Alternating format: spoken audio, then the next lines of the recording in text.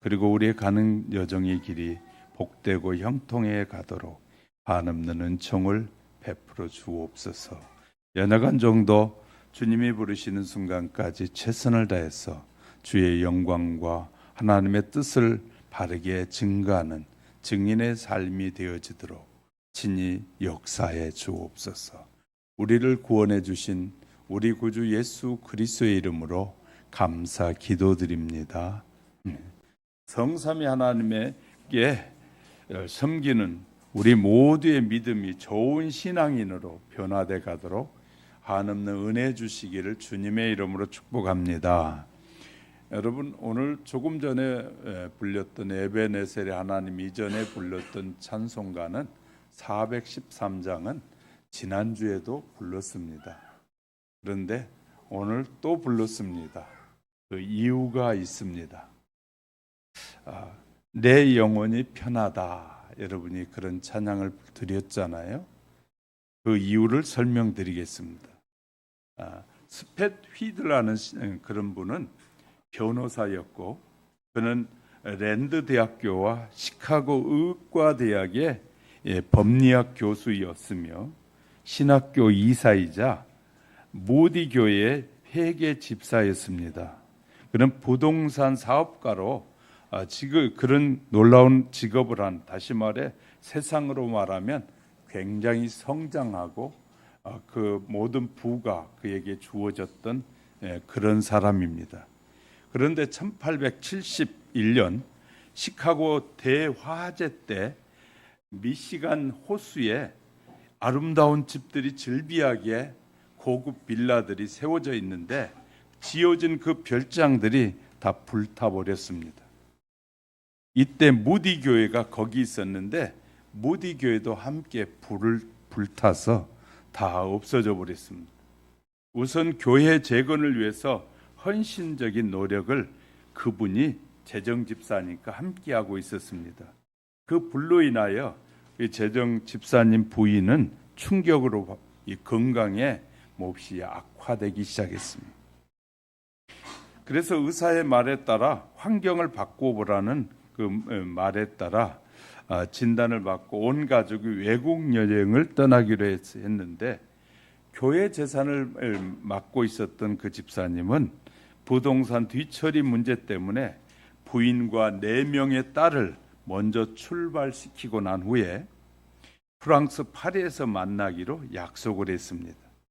1873년 11월 15일 프랑스의 호화 여객선은 많은 승객과 함께 뉴욕항을 출발하게 됩니다.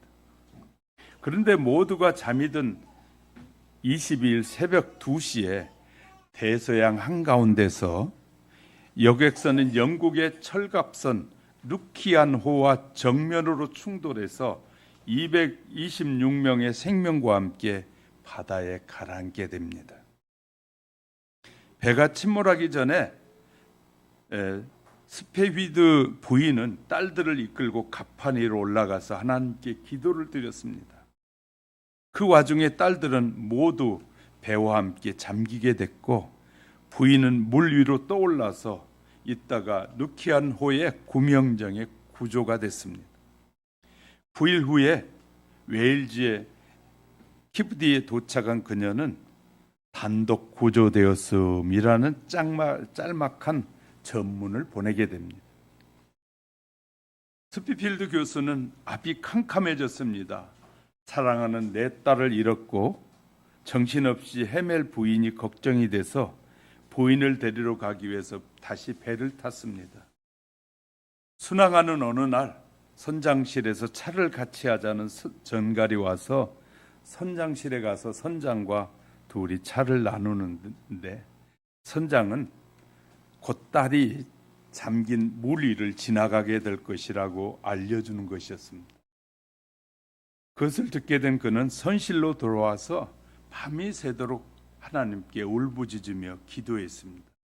그런데 새벽 3시가쯤 됐을 때 지금까지도 단 한 번도 체험하지 못했던 평안함이 그 마음에 밀려오면서 그냥 너무너무 행복해졌습니다. 그때 그 자리에서 시를 썼는데 지금 우리가 불렀던 이 413장 찬송의 시를 써서 그게 찬송가가 돼서 우리가 함께 불려지게 되는 것입니다. 우리 다시 한번 이 찬양을, 여러분이 이 찬양의 의미를 모르고 불렀던 것과 저는 너무 많이 은혜를 받았어요. 이 준비하면서 이 가사가 이런 내용의 그 아픔을 품고서 불려지는 찬양이었구나 라고 하니까 금주에 다시 성도들과 함께 부르면서 이 찬양이 이렇게 해서 만들어졌고, 이렇게 정말 이 재정 집사가 그렇게 눈물을 쏟으면서 하나님 앞에 누렸던 그 평안함을 다시 한번 누려봤으면 좋겠다. 우리도 조금이라도 좀 경험하면 좋겠다 싶습니다. 우리 반주적으로 나와서 다시 한번 조금 앞으로 당겨주시면 나올 거예요. 4명의 딸을 바다에 수장시키고 난 후에 불렀던 그 찬양이 하나님께서 이런 마음을 주셨다라고 하는 거예요. 그래서 다시 한번 우리 부르면서 그때 그 마음으로 한번 돌아가 볼까요?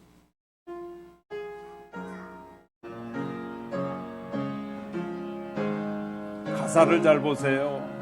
내 평생에 가는 길 순탄하여 늘 잔잔한 강 같은데 큰 풍파로 무섭고 어렵든지 나의 영혼은 늘 변하다. 내 영혼 평안해. 내 영혼 평안해. 저 마귀는 우리를 삼키려고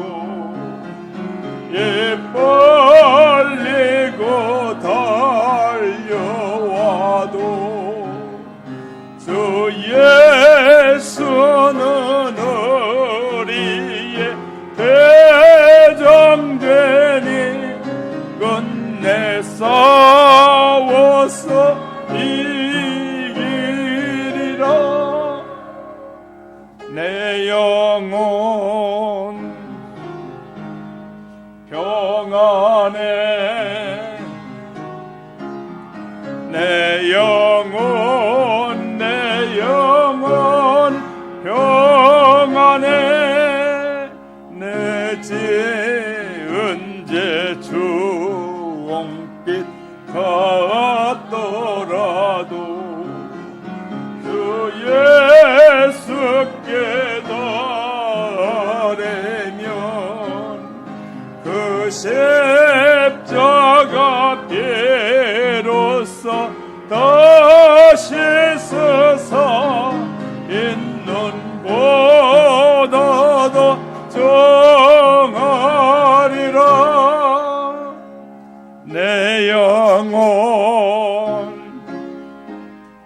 평안해. 내 영혼 평안해. 저 공중에 구름이 일어나면 큰 나팔이 울릴 때에 저 오셔서 세상을 심판해도 나의 영혼은 겁없으니. 내 영혼 평안해. 내 영혼 평안해. 저는 여러분 이런 내용들을 읽으면 참 나는 그런 상황이라면 가능할까? 정말 그럴 수 있을까? 그런 생각을 하게 됩니다. 여러분, 우리는 잠시 잠깐 살다가 하나님 앞에 가게 될 것입니다. 그때 수많은 사람들, 우리보다 더 아픔과 고통 속에서 정말 주님이 위로해 주셨기 때문에 평안해하고 즐거워하는 그런 사람들이 얼마나 많이 있는지 모릅니다. 저도 참 힘든 삶을 살았다라는 생각을 하는데, 캄보디아 갔을 때 긴 여행에 차를 타면서 다른 목사님들이 한 분씩 나와서 간증을 하는데, 몇 분의 간증을 듣는 사이에 저는 나의 삶은 저들보다 훨씬 더 편안하게 살았구나라는 생각이 들더라고요. 이런 것처럼 정말 그들은 그 고통 속에서도 정말 하나님이 주신 평안이 그들의 마음을 사로잡았구나. 하나님 저렇게 위로해 주시고 축복해 주고 계시는구나를 생각하면 정말 얼마나 많은 위로가 되고 새 힘을 얻게 되는지 모릅니다. 저와 여러분은 하나님께서 수많은 사람들 가운데서 불러서 특별히 여러분 큰 교회도 갈 수 있고 우리 교회보다 더 적은 교회도 갈 수 있고 그런데 우리 교회 하영교회 보내주셨잖아요.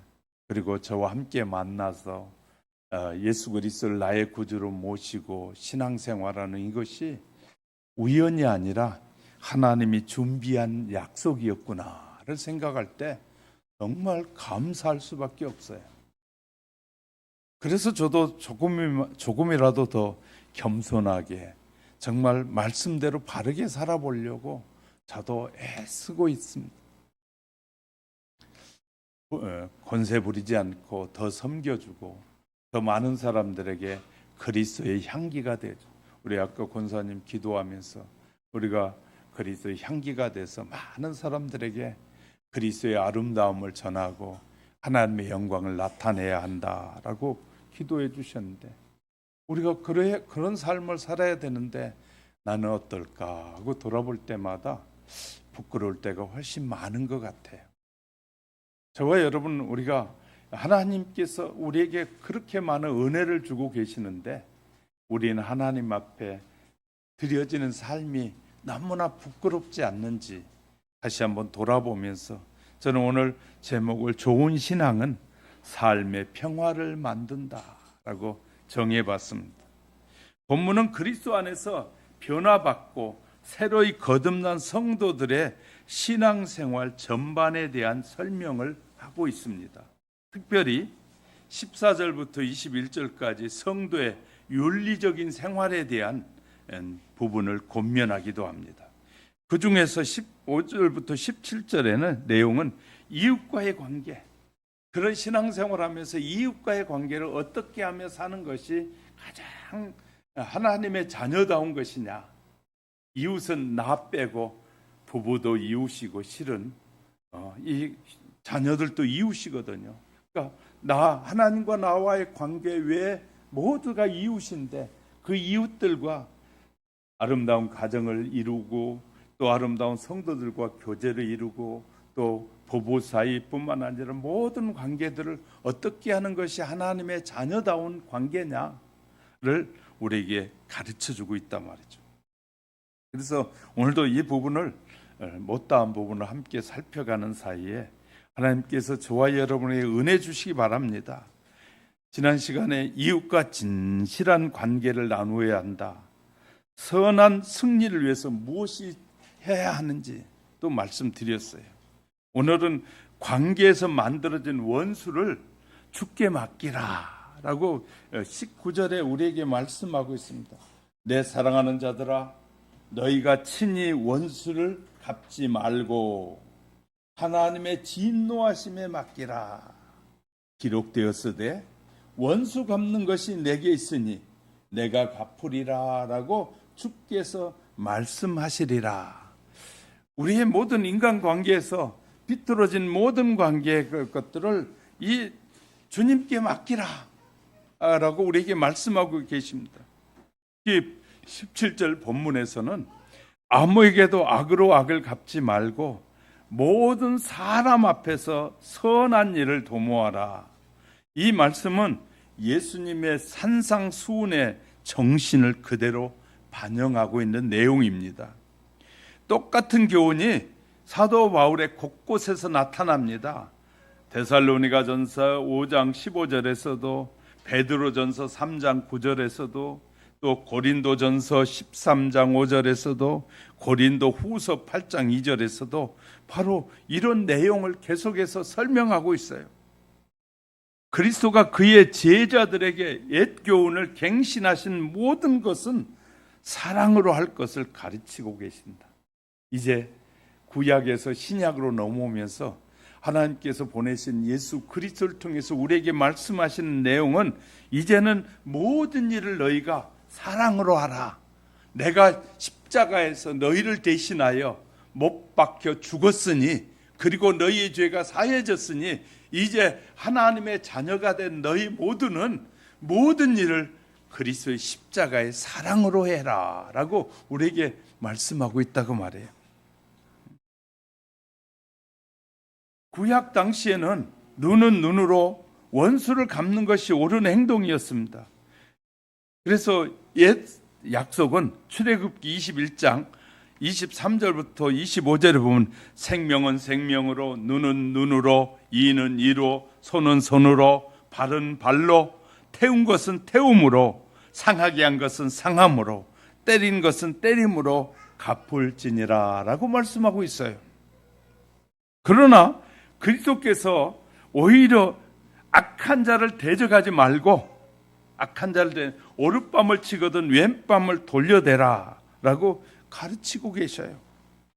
더 나아가 옛 사람은 마태복음 5장 43절 4절에서 이런 말합니다. 또 내 이웃을 사랑하고 원수를 미워하라 하였으나 옛 계명은 나는 너에게 이르노니 너희 원수를 사랑하며 너희를 핍박하는 자를 위하여 기도하라 라고 예수님이 말씀하고 계셔요. 악을 악으로 갚지 말고 조건 없이 원수까지도 사랑하는 그리스도의 정신이야말로 인간 윤리에서 최고의 덕목을 차지하게 될 것입니다. 악을 악으로 갚으라는 유대교의 교훈, 이슬람의 가르침, 또 그리스 격언 등과는 정반대의 교훈이 아닐 수 없습니다. 심지어 좋은 보응으로 악을 자비로 갚으라는 불경의 교훈과도 다른 것입니다. 원수 갚음을 하나님께 맡기라고 말해요.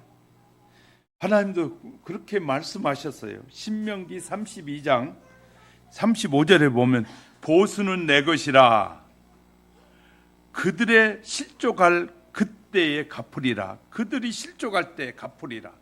그들의 환난 날이 가까우니 당할 그 일이 속히 임하게 되리라. 원수 갚는 일은 동서를 막론하고 중요한 미덕이라고 생각해 왔는데 우린 그런 영화 참 많이 봤다고 제가 말씀드렸어요. 중국 영화에 거의 제가 봤던 영화들 90%가 다 원수 갚는 일이에요. 미국의 영화, 엄청난 드라마틱한 영화들도 이 원수 갚는 일이 참 많아요. 근데 이 어떤 영화들은 이 마무리를 아주 드라마틱하게 하는데 어떻게 행복하게 마무리가 되는 영화들이 있는가 하면 행복하지 못하고 원수로 갚고 끝나는 영화들이 참 많이 있어요. 근데 저에게 감동을 줬던 영화들은 마무리를 깔끔하게 아름답게 화목하게 끝나는 영화들은 참 마음에 많이 와닿더라고요. 왜냐하면 그리스도의 말씀이 저 안에 있었기 때문에 그런 것 같아요. 원수 갚는 것은 하나님 앞에 맡겨야 되는데 우리가 내가 갚아야 된다라는 사고로 우리가 살아갈 때 이것은 세상적인 방법이고 하나님이 기뻐하시는 방법이 아니다라고 우리에게 말씀하고 있기 때문에 하나님께서 오히려 원수가 줄이거든 먹이라. 잠언 25장 21절 2절에서 보면 내 원수가 배고파하거든 식물을 먹이고 목말라 하거든 물을 마시우라. 그리하는 것은 핀 숯으로 그의 머리에 놓은 것과 일반이요 여호와께서는 내게 상을 주시리라. 머리에다가 핀 숯을 올렸으니 얼마나 뜨겁고 고통스럽겠어요. 그런데 그런 자를 위해서도 필요하면 마시게 하고 그들을 베풀어 주라는 거예요. 이 말씀은 복수심을 친절과 자비심으로 이기라는 말씀이지 결코 원수에게 고통을 주기 위해서 위선적인 사랑을 하라는 뜻이 아니다 그 말이에요. 만일 원수에게 먹을 것을 주고 마실 것을 주는 동기가 원수에게 고통을 주기 위한 것이라면 그 사랑이야말로 가증된 위증의 사랑입니다. 위선적인 사랑이에요. 원수를 사랑과 진실로 대우함으로 원수에게 자책과 자괴를 일으키고 그 마음에 번민을 가져와 회개하게 만드는 것이 더 소중하다는, 한 영혼이 회개하고 돌아오면 천사들이 기뻐하고 즐거워한다는 거예요. 그러니까 모든 죄인들이, 저와 여러분도 다 죄인이었지만 예수 그리스도의 보혈의 은혜를 통하여 저와 여러분이 돌아올 때 천사들이 기뻐하면서 하나님의 자녀가 됐다라고 외쳤던 것처럼 수많은 죄인이 돌아오기를 하나님은 기뻐하신다는 거예요. 그러기 위해서는 우리가 그렇게 살아야 된다, 그렇게 살라고 우리를 먼저 부르셨다라고 성경을 통해서 말씀하고 계십니다. 성도가 가는 곳에는 모든 원수와의 관계가 갈등이 해소되고 서로 평화를 만드는 일에 앞장서면 하나님께 영광이 된다고 말씀하신 이 말씀이 저와 여러분의 가슴 속에 믿어지고 새겨지기를 예수 그리스도의 이름으로 축복합니다. 또 사람 사이에 생기는 원수는 사랑하라는 거예요. 바울은 12장 전체를 통해서 그런 내용들을 전부 말하고 있어요. 12장의 마지막 절이 아주 중요한 내용입니다. 악에게 지지 말고 선으로 악을 이기라. 바로 하나님의 약속을 믿고 그 약속을 믿는 선으로 악을 이기라 라고 우리에게 말씀하고 있는 것입니다. 19절에 내 사랑하는 자들아 너희가 친히 원수 갚지 말고 진노하심에 맡기라 라고 말씀하고 있잖아요.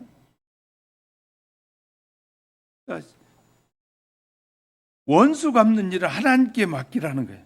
구약 성도들에게 약속하신 신명기 32장 35절 원수 갚는 것이 내게 있으니 내가 갚으리라 이렇게 말씀하셨으니 인용해서 악을 심판하시는 주권이 누구에게? 하나님께 있다는 거예요. 우리에게 인간관계를 통해서 이웃과의 관계 속에서 그가 악한 짓을 했더라도 우리는 그 같은 악으로 갚지 말고 선으로 악을 이기라 라고 우리에게 말씀하시는, 성도는 자신의 원수 갚는 일을 전적으로 하나님께 맡겨야 합니다. 예수님께서는 그 좋은 모범을 보여주셨어요. 예수님께서 대적자들로부터 부당하게 핍박을 받으시면서도 그들을 보복하지 않으셨고 다만 의롭게 판단하실 하나님께 모든 것을 맡겼다라고 베드로는 베드로전서 2장 23절에서 기록해 주고 있어요. 그러므로 성도들 역시 악인의 득세와 그들의 폭거에 대하여 그와 똑같이 악으로 대항하지 말고 공의로우신 재판장이신 하나님께 모든 것을 탄원하고 맡기면 하나님이 그 일을 이루신다는 거예요. 그러니까 저와 여러분이 다양한 지도자들도 만나게 되고 할 때 우리는 악한 지도자가 국민에 의해서 뽑혀지면 어쩔 수 없지만 기도해요. 나는 내가 개인적으로 생각할 땐 별로 안 좋아해도 그가 세워지면 그 다음엔 기도해요. 하나님 더 이상 그가 악을 행하지 못하게 하옵소서. 그러나 세워지지 않기를 위해서도 기도해요. 왜? 그가 세워지면 우리에게 많은 어려움과 핍박과 고통이 있으니까. 그래서 우리는 끊임없이 기도하지만 올바른 선택을 한다면 나의 바른 선택이 다른 사람에게 유익이 되고 다른 사람에게 기쁨이 되고 평화가 된다면 나는 기꺼이 그렇게 선택하고 싶다 그 말이에요. 왜? 그것이 하나님의 마음이고 하나님이 원하시는 것이기 때문이다. 뿐만 아니라 원수에게 선행을 베풀라는 거예요. 바울은 원수 갚는 것은 하나님의 진노하심에 맡길 뿐만 아니라 원수에게도 선행을 베풀어야 할 것을 말해요. 즉 성도는 원수가 줄일 때 먹여주고 목마를 때 마실 것을 줄 그런 마음의 자세를 갖고 살아라는 거예요. 성도들은. 그런데 원수에 대한 선행은 두 가지 효과를 가져오게 되죠. 원수로 회개케 하는 효과를 가져옵니다. 그렇게 해서 하나님이 역사하면 깨달아서 회개하는 역사가 있고, 둘째는 회개치 않는 원수가 하나님의 심판을 받을 때 변명할 여지가 없게 만든다. 하나님의 심판일 때 내가 이 사탄이 하나님의 전에 올라가서 그렇게 말하잖아요. 아니 내려가 봤더니 수많은 사람들이 못된 짓을 나보다 더 못된 짓을 하던데 왜 하나님이 그들은 왜 심판하지 않습니까? 그럴 때 하나님께서 그 걱정하지 마라. 내가 마지막 날 다 심판하신다고 말씀하시죠. 저와 여러분은 하나님의 은혜로 부름을 받았고 영원한 천국 미래가 우리의 영원한 집이 준비되어 있으니 염려 걱정할 필요 없이 살아야 돼. 이 세상에서 그 어떤 것이 우리에게 평화와 위로와 기쁨을 주는 것이 아니에요. 하나님이 주신 평화, 하나님이 주신 평안, 하나님이 주신 기쁨이 있을 때 우리는 슬픔 가운데서도 기뻐할 수 있고 좌절 가운데서 감사할 수 있는 것이에요. 할렐루야. 그런 은혜가 늘 변함없이 저와 여러분 속에 충만하게 임하시기를 주님의 이름으로 축복합니다. 또 선으로 악을 이기라는 거예요. 21절에 악에게 지지 말고 선으로 악을 이기라. 권면하지 않습니까? 이 말씀 우린 좀 더 자세히 풀어볼 필요가 있습니다. 먼저 악에 진다는 것은 첫째로 원수의 악한 행동에 대해서 번민하는 상태가 되는 것이다. 둘째로는 그 원수에 대해 악으로 보복함으로써 선한 입장을 떠나는 상태가 된다는 거예요. 반면에 선으로 선을 이긴다는 말씀은 다음과 같은 두 가지 실천적 행위를 가르친다고 말할 수 있는데, 첫째는 하나님을 믿는 신앙 가운데서 그리스도의 형상을 닮아가는 것. 그리스도인의 생활적 자체가 겸손이고 봉사고 화평이고 이 섬김이 그리스도인의 삶이기 때문에, 또 하나는 자기에게 피해를 준 원수에게 그 과실에 대하여 마음으로부터 용서해주고 그에게 말과 행동으로 호의와 이 선을 계속해서 베푸는 생활을 우리에게 말씀하고 있는 것이에요. 선을 행하는 것. 부부 사이에도 서로 잘못했어도 그 마음을 해가 지도록 다음날 새벽이 오도록 악한 마음을 품지 말라는 거예요. 그 밤에 다 해결하고 자고 그 밤에 다 풀고 자라는 거예요. 왜? 세상에 다 똑같지 않는 사람이 어디 있냐면, 오늘날 방송은 틀어보면 이혼을 하겠다고 온 사람들 대부분이 남자를 나쁜 놈으로 만들어버리는 경우가 훨씬 많더라고요. 남자는 훨씬 나쁜 놈이고 여자는 아주 선한 사람으로 평가할 때가 많더라. 남자나 여자나 알고 보면 다 죄인이고 죄성을 품고 있으니 남자나 여자나 둘이 똑같은 것이지, 성경적으로 보면 그렇단 말이에요. 그런데 세상의 이 방송이나 이런 문화에서는 남자는 아주 악한 놈이고 여자는 그래도 선한 사람처럼 취급해요. 그건 세상의 문화에서 하는 거고, 하나님이 보실 때는 남자나 여자나 죄로 인하여 영원히 죽는 사람에 불과한 거예요. 똑같은 거예요. 그러니까 우리가 이런 것을 구별할 줄 알아야 되는데, 이걸 구별하지 못한 사람, 예수 믿는 사람들도 텔레비전을 자꾸 보고 그런 것에 공부한 사람들은 남자가 훨씬 나쁜 놈이지, 그런 말을 서슴없이 하는 거예요. 예수를 안 믿는 사람이 그런 말을 한다면 얼마든지 이해가 돼요. 나 예수 그리스도를 나의 구주로 고백한 사람은 너나 나나 다 죄인이고 영원히 형벌 받을 수밖에 없는 사람이라는 사실이 딱 가슴에 새겨져야 돼. 그러면 상대방을 용서할 수 있고 상대방을 이해할 수 있게 되는. 그렇게 되면 상대방의 허물을 잘 용서할 수 있어지고 또 마음의 상처가 깊게 뿌리 내리지 않아요. 왜?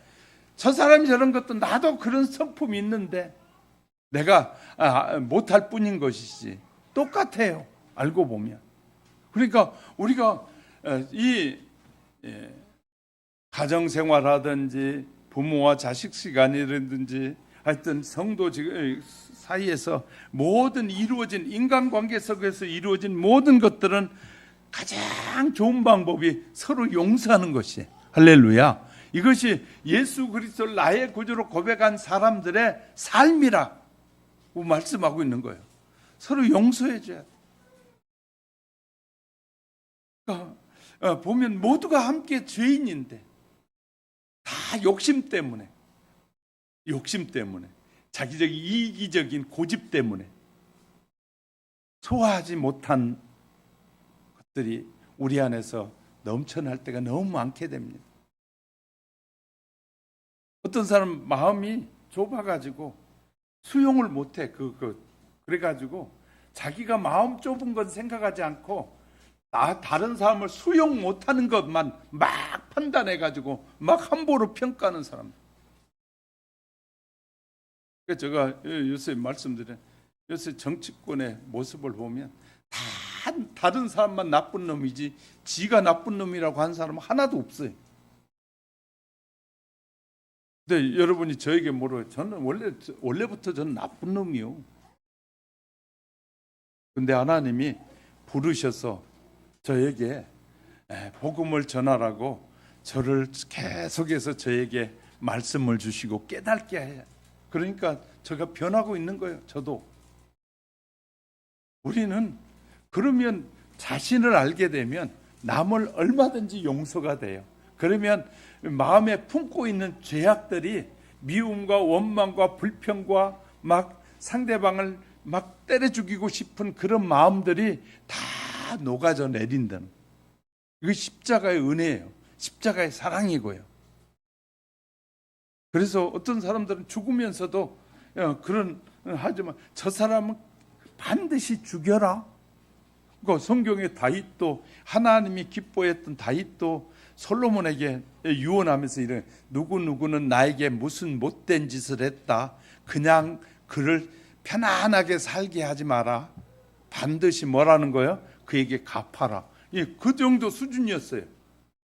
다윗도 하나님이 기뻐하셨다는 다윗도 그 정도 수준이에요. 그러나 예수 그리스도를 통해서 우리에게 더 깊은 하나님의 의도와 뜻이 더 알려지게 된 것이에요. 더 깊이 우리에게 말씀해 주고 있는 거예요. 그래서 이제는 예수 그리스도를 믿는 그리스도의 사랑을 깨달은 사람은 그 누구도 상대방에 대한 미움과 불평과 원망을 품고 살면 안 된다는 것이. 다 용서하며 살아라. 용서하며 살아야 된다는데 아멘 안 하는 거 보니까 죽어도 하기 싫다는 말인가요? 용서를 잘하는 사람이 성숙한 신자예요. 할렐루야. 그러니까 자꾸 용서하셔야 돼요. 용서. 또 세 번째는 하나님의 사랑함이 악을 선으로 이기는 것입니다.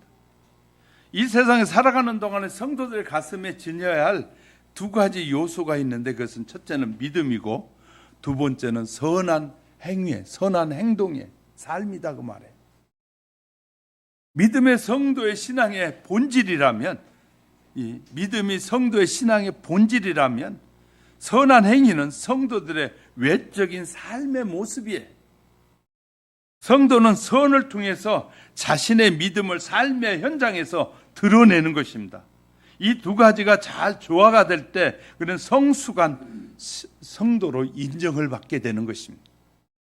그러니까 이 초대교회 때 저들이 그리스도인이다라고 말했던, 세상 사람들이 저들은 그리스도인이라고 말했을 때, 그때 그리스도인들은 자기를 찌르고 배고픈 사자를 통해서 자기의 살을 뜯을 때도 그들은 그런 자들을 향해서 원망하고 불평하지 않았기 때문에 그렇게 심판하던 로마 수많은 군인들이 그 사자에게 물려 뜯으며 불에 타 죽으면서도 원망하고 막 욕하고 저주하고 하지 않는 그 모습을 보면서 붙여진 이름이 저들은 그리스도인이다 라고 붙였던 거예요.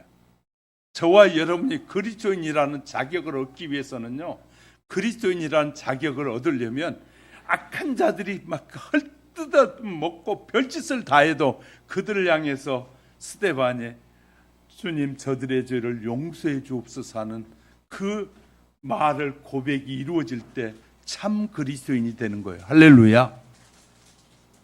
그러니까 우리는요, 그렇게 하라고 우리에게 하나님이 직접 하지 못한 일이기 때문에 우리를 통해서 보여주셨고, 예수님을 통해 보여주셨고, 너희는 나를 믿는 자는 그렇게 살라고 우리에게 말씀하신다고 바울을 통해서 우리에게 가르쳐 주는 거예요. 우리는 그래서 가정에서도 서로 미움, 원망, 불평이 없이 부모와 자녀 관계가, 또 부부 관계가 회복되어지면요, 벌써 우리는 이 땅에서부터 천국을 누리는 거예요. 할렐루야. 천국의 삶을 사는 거예요. 성도가 선을 실천해야 할 이유는 분명합니다. 선은 하나님께서 성도들에게 주신 본성이에요. 하나님은 선하신 분이에요. 선하신 하나님이 우리에게 본성을 주신 거예요. 그래서 선으로 다 이기라는 거예요. 그리고 마지막에는 하나님이 심판하시겠다는 거예요. 하나님이 심판하신다. 선은 하나님의 영광을 드러내게 만들기 때문에 선을 행하는 것입니다. 하나님의 영광을 온 천하에 드러내기 위해서 선을 행하는 것. 선은 변화된 축복을 따르게 만들기 때문에, 예수님께서 하나님의 공의로우신 하나님이라고 말씀하시면서 마태복음 5장 15절에 해를 악인과 선인에게 비추게 하시며 비를 의로운 자와 불의한 자에게 내리우신다. 하나님은 선하신 분이기 때문에 악인에게도 선인에게도 다 자비를 베푸신다는 거예요. 그런데 그런 하나님이시기 때문에 그분이 심판하실 때까지 조금만 기다리라는 것이에요. 그러면 하나님께서 그 일을 다 이루어 가실 것을 약속하고 계십니다. 또 선은 악을 다스릴 수 있는 가장 강력한 힘은 선이다, 그 말이에요. 선행의 방법을 우리에게 설명해 주셨네. 하나님은 사랑이라는 성경을 통해서 말씀하시는 선은 도덕적 선과 유사해 보이지만 그 출발점이 달라요. 하나님의 사랑에서부터 나온다는 점에서 엄청난 차이가 있어요. 선행과, 세상 사람이 말하는 선행과 하나님의 선은 다른 것입니다. 성도들이 선을 행할 때 단순히 도덕적인 수양의 방편이 아니라 마음속으로부터 하나님을 지극히 사모하는 마음에서부터 나오는 것, 이것이 바로 하나님의 사랑의 선이에요. 이웃을 사랑할 때 그냥 어쩔 수 없으니까 하는 것은 그 진짜 사랑이 아니라 그냥 저렇게 사는 것이 불쌍해서 내가 도와야지 하고 마음에서부터 그런 마음이 나와야 돼요. 우리는요, 세상에 살아가는 세상 잠시 잠깐입니다. 수많은 부자들이 이렇게 말해요. 이렇게 세상이 짧을 줄 몰랐다는 거. 많은 걸 가져봤으나 별것 아니라는 거. 많은 걸 누려봐도 별것 아니더라는 거예요. 그래서 나중에는 결국은 이런 인생이 길어야 된다는 사실을 나중에야 깨닫는 거예요. 많은 사람들이 나중에 깨닫고 슬퍼해 보는데 의미가 없어요. 예수 그리스도를 믿지 않는 삶의 의미는 결국 심판에 이를 수밖에 없다라는 사실입니다. 이웃에게 사랑을 실천함으로 하나님을 향한 사랑의 표현은 무엇이라고 말할 수 있느냐 하면 우리의 삶에 바로 이웃을 사랑을 실천하는 것이 하나님의 사랑을 완성해가는 길이에요.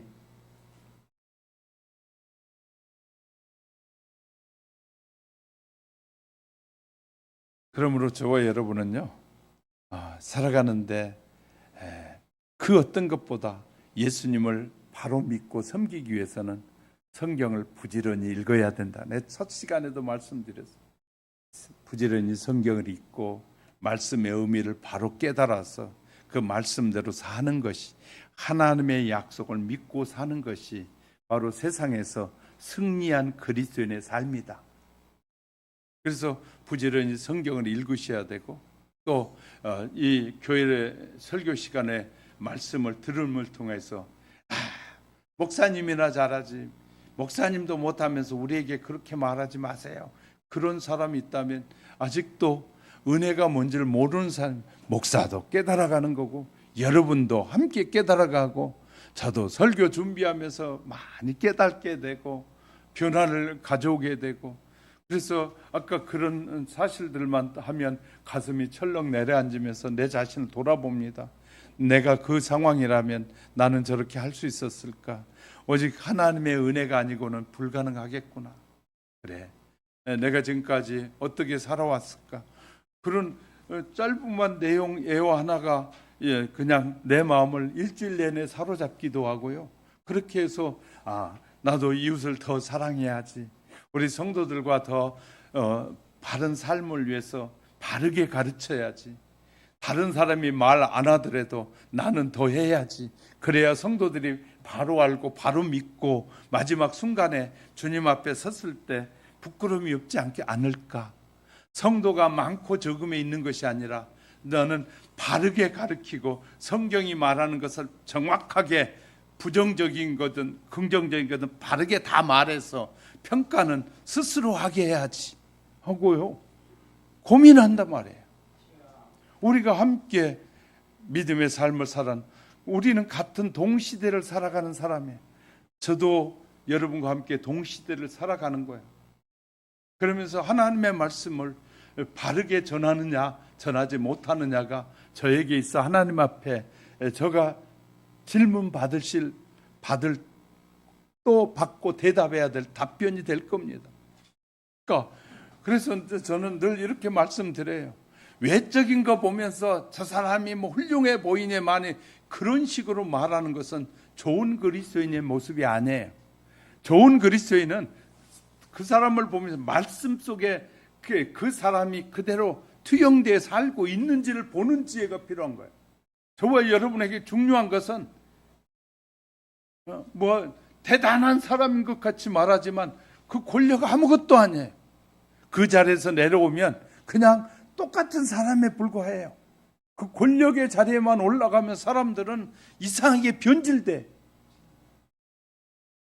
우리는 어떤 자리에 있든지, 낮은 자리든지 높은 자리든 어떤 환경에 있든지 내가 하나님 앞에 죄인임을 바로 알고 정말 올바른 믿음의 삶을 살겠다라는 결심을 하고 늘 함께 걸어가는 저와 여러분이 될 때 하나님이 그 교회는 기뻐하는 교회가 될 것이고 그 교회를 통해서 하나님께 더 영광이 될 줄 믿으시기 바랍니다. 그래, 우리 함께 살아가는 짧은 한 시대의 만남 속에서 우리가 하나님 앞에 섰을 때 조금도 부끄러움이 없는 그런 신자의 삶이 될 수 있도록 하나님께서 저와 여러분에게 더 많은 은혜로 역사해 주시기를 주님의 이름으로 축복합니다. 잠시 기도하겠습니다.